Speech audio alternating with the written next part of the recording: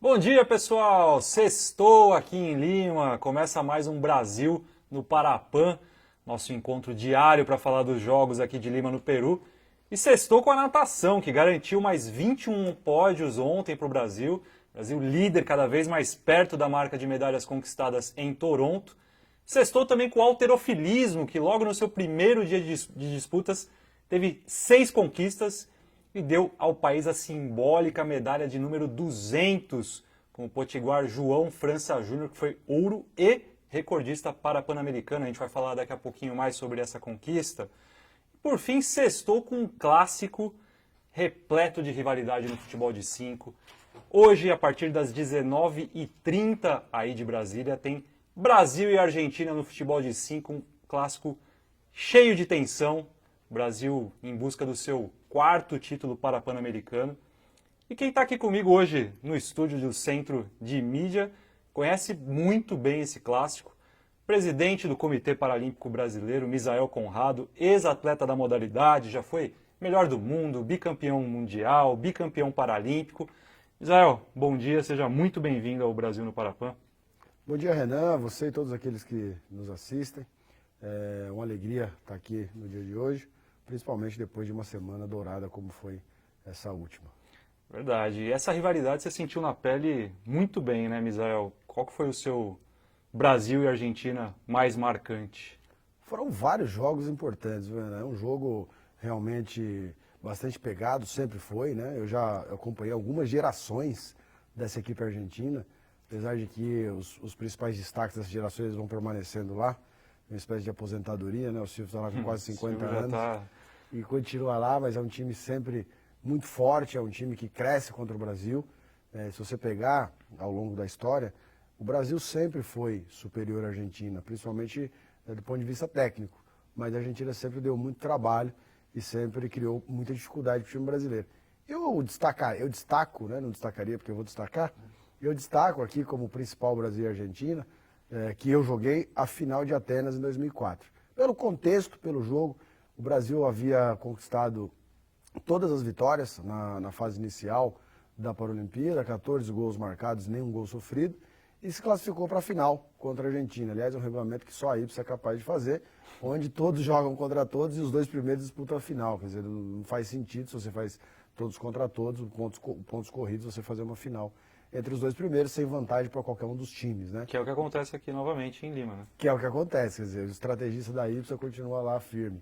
Porque na realidade, se você faz todos contra todos, no mínimo, o primeiro colocado deveria ter algum tipo de vantagem com relação ao empate, enfim. Mas não é o que acontece. E daquela feita foi da mesma forma.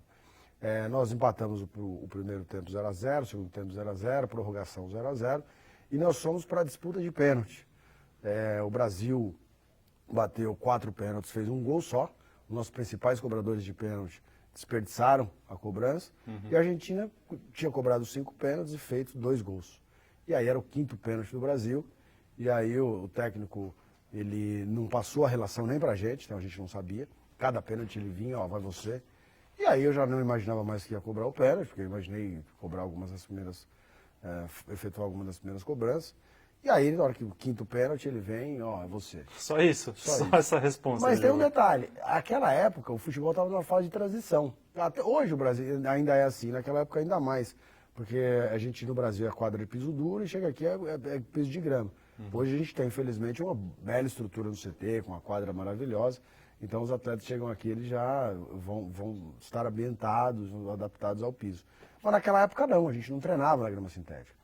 Então, foi todo o tempo treinando no piso duro, chega para a Olimpíada, a gente vai para a grama. Para um cego que faz alavanca, você conhece muito bem o movimento de chute de jogador cego, faz muita diferença. Porque como você não toma distância da bola, quando você faz alavanca, você tem um piso de grama, ele acaba tendo diferença do piso duro, de cimento ou fio de madeira. E aí, no dia anterior à final, eu cobrei 15 pênaltis no treino e errei 13. E aí o técnico chega para mim, quando ele... E aí você vai cheio de confiança para bater o pênalti. Vai me guiar até a bola, ele diz o seguinte: você precisa colocar toda a força da sua vida nessa bola. Só que eu errava os pés exatamente por isso. Eu estava tentando chutar forte de bico e a bola naturalmente estava subindo. E aí você vai ter que colocar toda a força da sua vida nessa bola. Eu falei, professor, aí vai subir. Aí ele falou, então ferrou. Eu falei, então vai lá e deixa comigo. E aí chutei no ângulo esquerdo, Dario Lencina, que eu acho que deve estar na Argentina até hoje. Tá lá Um ainda desses também. aí que tá aposentado lá jogando. E até hoje o Dario tá lá. E aí chutei no ângulo esquerdo, 2-2. O argentino errou o sexto pênalti, o Damião converteu, né? Ele diz até hoje que tirou do goleiro, viu o goleiro e tocou do outro lado, mas na verdade ele errou o chute. E a bola entrou devagarinho, o goleiro olhou pro pé dele, o bico tava virado para um lado, ele acabou pegando na chapa, sabe? Uhum. E a bola saiu do outro lado, foi no cantinho, e ali foi a nossa primeira medalha de ouro. E eu digo que é o mais importante pelo que representou, quer dizer, primeiro seria uma frustração grande, depois de tantas vitórias, depois de uma campanha magnífica, perder o ouro, deixar escapar a medalha de ouro. Segundo, porque aquilo impulsionou, era a primeira Paralimpíada que o futebol fazia parte, e aquilo ali impulsionou o futebol no Brasil, fez com que o futebol conseguisse os recursos, que hoje, inclusive até hoje, eles são repassados para as confederações pelo Comitê Paralímpico Brasileiro. Então acho que aquilo ali foi um título bastante importante para que o futebol pudesse ter a estrutura que tem hoje, uma equipe técnica qualificada, os melhores profissionais, quer dizer, hoje a gente tem muito orgulho, não só dos nossos jogadores, mas como do trabalho que é feito. Hoje nós temos o Sub-15, Sub-23, enfim, uma modalidade que dá muito orgulho de ter feito parte. Isso é muito bacana, inclusive essa renovação do futebol de 5, né? Ontem mesmo, na partida contra o Peru, o Brasil ganhou por 5-0. A gente já viu o Jardiel em quadra, o Maicon, que são dois garotos que vieram justamente da seleção Sub-23. Os dois, inclusive, fizeram gols ontem, os primeiros gols deles aqui no Parapan-Americano. E é importante a gente ver que o Brasil tem a sua excelência no futebol de 5 e também já faz um trabalho já de renovação para manter esse nível lá em cima. O Brasil, então, vai buscar sua quarta medalha em Parapans, e para falar em medalhas, a gente pode atualizar já o quadro com os resultados da quinta-feira. Chegamos a 222 medalhas, gente, com 88 de ouro, 73 de prata e 61 medalhas de bronze. Já temos um desempenho já próximo do conquistado em Toronto há 4 anos. Naquela ocasião a gente conquistou 257 medalhas. Em segundo lugar, os Estados Unidos, cada vez mais distantes dos brasileiros, tem 50 ouros, 48 pratas e 50 bronzes, são 148 medalhas ao todo. E só um detalhe aqui, Claro. Renan, é óbvio que os Estados Unidos está bastante distante do Brasil, mas eu tenho dito que esse Parapan ele é o mais difícil da história, exatamente porque os países vêm evoluindo e os Estados Unidos vêm com uma equipe muito mais forte. Eles conquistaram 40 medalhas em todo o Parapan de Toronto e aqui, faltando 2 dias para o término, 3 dias para o término, eles já ultrapassaram em 25% a quantidade de medalhas de todo o Parapan de 2015. Acho que isso valoriza ainda mais essa participação do Brasil. Com certeza. E em terceiro e quarto lugares, México e Colômbia se mantiveram. O México com um total de 119 medalhas, a Colômbia com 91 medalhas. Israel, o comitê certamente traça algumas metas e, dentre essas metas, eles estipulam o número de medalhas de acordo com o nível da competição. Pensando nisso, de que forma que você tem avaliado o desempenho do Brasil aqui em Lima? Renan, eu estou muito feliz com os nossos resultados. Todos sabem no comitê e tem muita clareza de qual é o nosso objetivo. Nosso objetivo é, de fato, consolidar o esporte paralímpico no Brasil, criando uma estratégia que traga sustentabilidade, principalmente no tocante à renovação do nosso esporte. Nós criamos vários programas, o Centro de Formação Paralímpica, a escolinha, onde a gente atende já mais de 600 crianças toda semana. O campo escolar, os melhores da Paralimpíada Escolar, são 150 aproximadamente, estão no CT em julho e janeiro, no período das suas férias, um acompanhamento, enfim, um programa que vai certamente render bons frutos. Já tem alguns atletas aqui do camping paralímpico. O festival, nós vamos reunir crianças em 70 cidades brasileiras no dia 21 de setembro, uma grande festa, e esse ano será a maior festa do esporte no Brasil, não tenho dúvida. Então, todos sabem que o nosso planejamento é visando essa sustentabilidade, essa renovação. Eu não tenho dúvida que em 2028, quando essas crianças, que hoje são do Centro de Formação Paralímpica, estiverem no seu ápice, o Brasil realmente vai ter uma condição privilegiada e vai brigar muito forte entre os 5 primeiros do mundo. Isso eu não tenho nenhuma dúvida. Estamos criando agora, até o final do ano, 11 centros de referência pelo Brasil. né, porque o CT, a ideia é de que ele seja como a indústria, como a Fórmula 1 é para a indústria automobilística, ou seja, a gente cria os programas lá e depois replica em outras cidades do Brasil, porque o esporte por não pode acontecer só em São Paulo. Então, considerando tudo isso, a gente sabe que esse momento aqui é de entre safra, porque o Brasil, a partir de 2009, ele começou a pensar em montar um grande time para jogar o Rio de Janeiro. Montou um grande time, esse time chegou no ápice em Londres, conquistando 21 medalhas de ouro. No Rio a gente já percebeu o declínio, porque foram só 14 medalhas de ouro, e não obstante foram 72 as medalhas totais, mas a gente já percebeu um declínio ali, porque foram 14 medalhas de ouro só, um terço a menos do que nos jogos anteriores. Então a gente já percebeu que seria realmente um momento de transição importante. E aí por isso esses jogos mais desafiadores ainda, ou seja, a gente vem numa situação de entre safra, vem numa situação em que a gente está estruturando os projetos futuros para poder realmente consolidar esse desenvolvimento no Brasil. E, além disso, os países evoluíram bastante. E, na verdade, é como uma pessoa. Se você tem um sobrepeso grande, a possibilidade sua de perder é muito maior do que se você tiver um sobrepeso menor. Então, é a mesma coisa que acontece aqui. Quer dizer, se você pega um país que tem tudo para crescer, é muito mais fácil ele avançar do que um país que já se desenvolveu. E já está no topo. E né? já está no topo. Então você pega o Chile de 2 para 10 medalhas, os Estados Unidos já 25%, faltando 3 dias para o término da competição, a Argentina 18 para 21, faltando 3 dias para o término da competição, enfim, Colômbia crescendo, todos os países estão avançando, né? Os Estados Unidos ele veio com uma equipe fortíssima no atletismo, nos esportes coletivos todos com o time principal, algumas modalidades que valem vaga para Tóquio vieram com força total. Então, por isso que eu tenho dito para as pessoas, e estou muito feliz com o nosso time, porque eu sei o quão foi difícil, o quão foi desafiador esse trabalho para a gente chegar até aqui. E todos esses aspectos valorizam sobremaneira essa participação do Brasil. Eu dizia, por ocasião da cerimônia da bandeira, eu dizia que nosso grande objetivo era chegar na casa centenária aí do número de medalhas de ouro, né? E hoje eu vou dizer a vocês aqui que eu estou uma expectativa muito grande. Eu tenho uma frase aqui que eu não posso reproduzir por conta enfim, não vou ser deselegante com os nossos telespectadores, mas a expectativa realmente é aquilo que faz a gente se decepcionar ou a gente, como é o caso hoje, ter alegria com relação ao nosso resultado.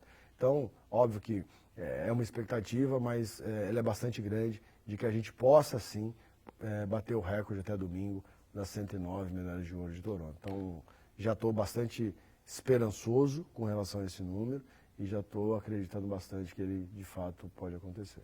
Eu não sei se você concorda comigo, Misael, mas assim, das modalidades que são tradicionais já para o Brasil, atletismo, natação, que sempre medalham muito, a gente, claro, espera o melhor resultado possível. Mas é bacana também a gente ver modalidades estreantes até em Parapan, caso do Para-Taekwondo, que começam hoje as suas competições. Essas modalidades também já estreando bem, né, medalhando também para o Brasil. Isso acho que também é um reflexo da referência do CT Paralímpico. Com toda certeza. Né? O próprio badminton, o Vitor acaba de chegar ontem, eu fiquei muito feliz quando ele veio me mostrar as 3 medalhas que ele conquistou lá no Mundial. E aqui o Para-Badminton vai, com toda certeza, conquistar medalhas importantes para o Brasil. Da mesma maneira, o Para-Taekwondo, o tiro, conquistando já medalhas importantes aqui.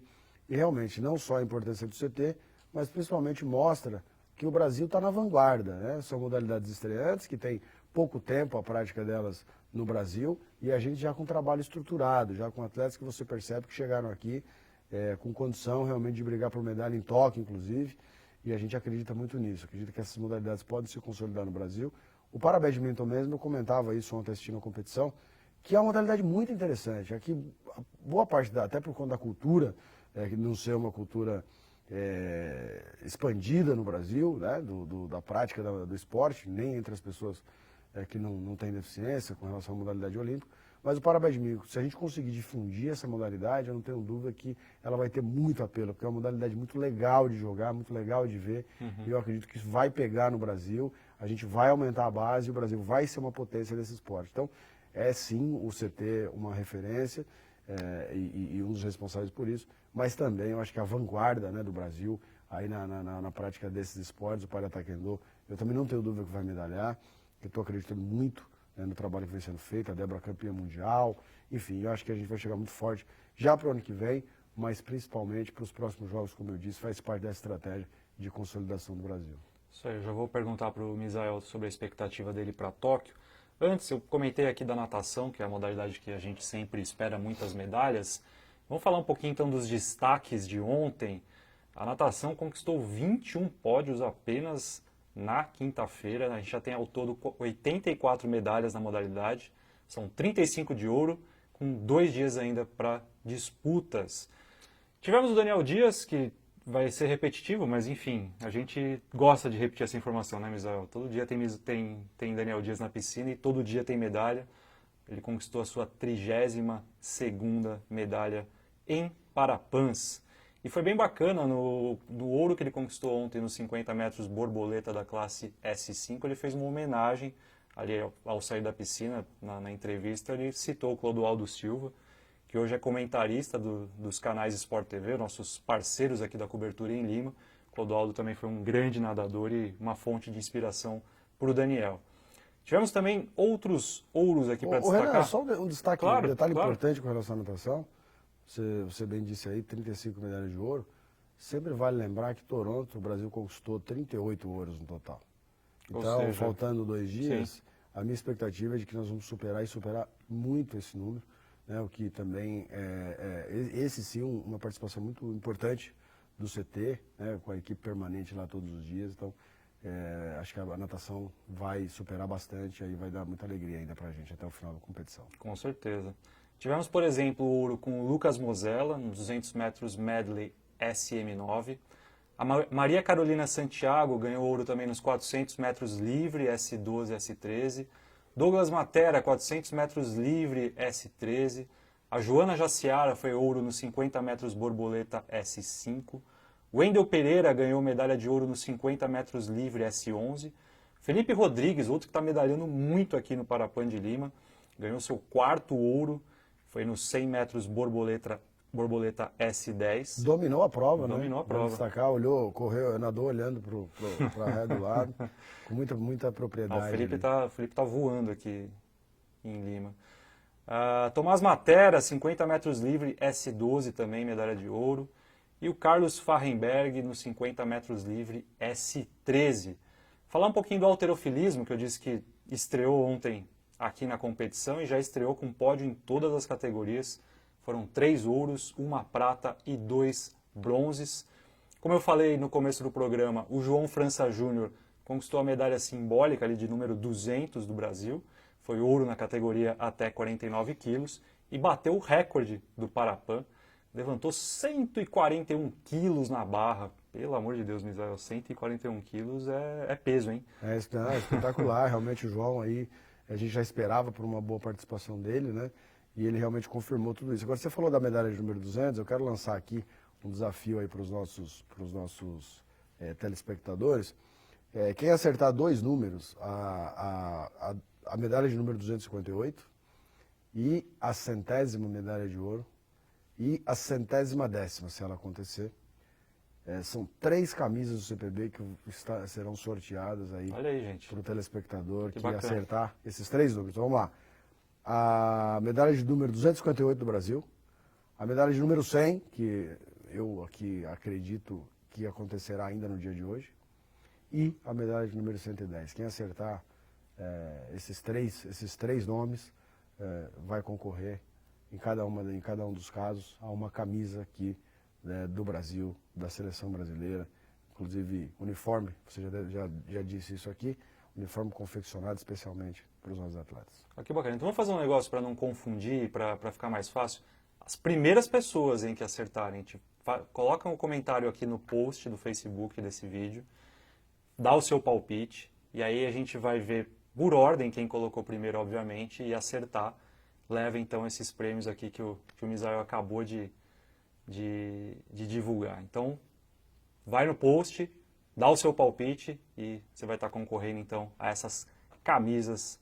Muito bacana, Misa. Legal esse incentivo para o pessoal acompanhar e palpitar bastante. Vamos falar um pouquinho também dos esportes coletivos. Nosso goalball rumo a mais ouros por aí também. A seleção masculina ganhou da Venezuela ontem por 11-1. e agora vai pegar os Estados Unidos na final sábado, vai em busca do seu tricampeonato consecutivo. As meninas também ganharam, bateram o México por 11-2 e hoje tem semifinal contra o Canadá, vale vaga na decisão.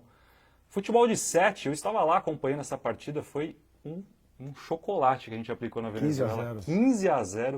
O Brasil precisava fazer uma vantagem de 5 gols para se classificar, também era um sistema de pontos corridos, o Brasil estava ali em terceiro e fez 15-0, tirou os Estados Unidos do páreo e vai fazer a final também contra a Argentina. 25 gols em 2 jogos, né? A Bolívia ganhou do Peru por 10-0. O Peru tentou crescer ali no começo do jogo, o Brasil realmente dominou completamente as ações ali, 10-0, ontem 15, quer dizer, uma artilharia pesada aí do nosso futebol de 7. Só o Bira marcou 4 gols ontem, tá arrebentando também. Você sabe que falar do clássico Brasil e Argentina, é mais um Brasil e Argentina que nós teremos, mais né, no futebol de 7, e nessa mesma edição, que foram jogos de 2004 em Atenas, teve o caso do pênalti que eu te comentei no futebol de 5, e no futebol de 7 também uma partida épica, Brasil e Argentina, o Brasil era favorito, aliás, ganhou por 4-1 aquela partida e disputou depois a final contra a Ucrânia, mas não teve a chance do título porque teve uma briga memorável.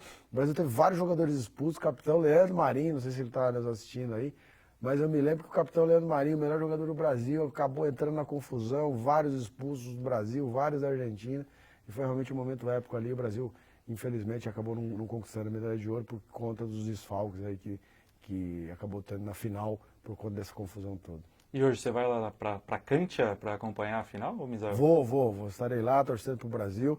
E naturalmente é tenso isso, né? Porque eu prefiro sempre melhor as pessoas perguntam, como é que é agora tranquilo aqui assistindo, sentado.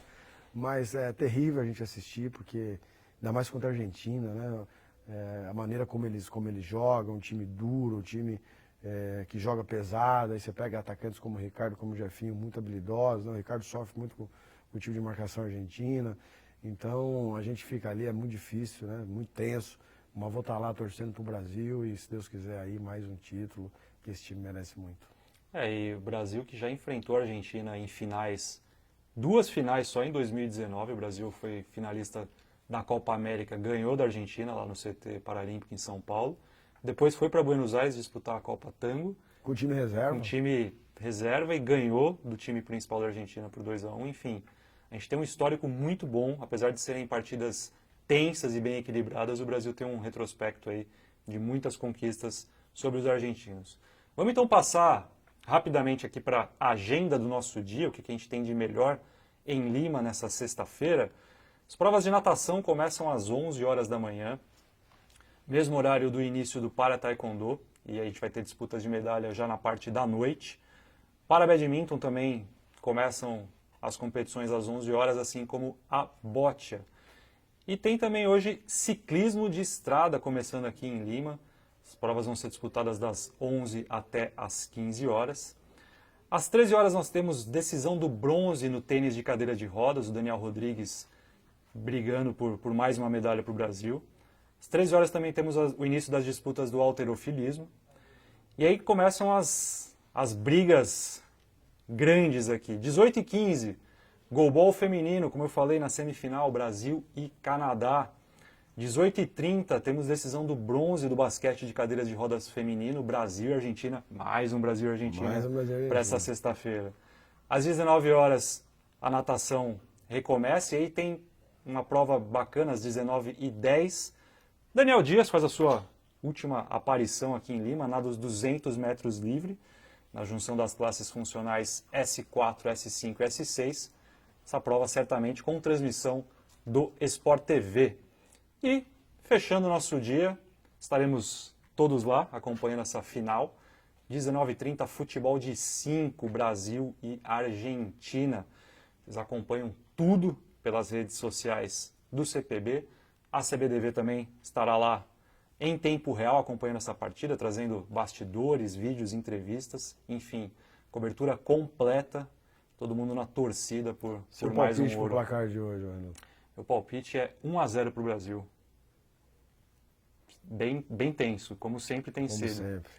Misa, só para encerrar nosso programa, queria que você falasse um pouquinho só da tua expectativa agora para Tóquio.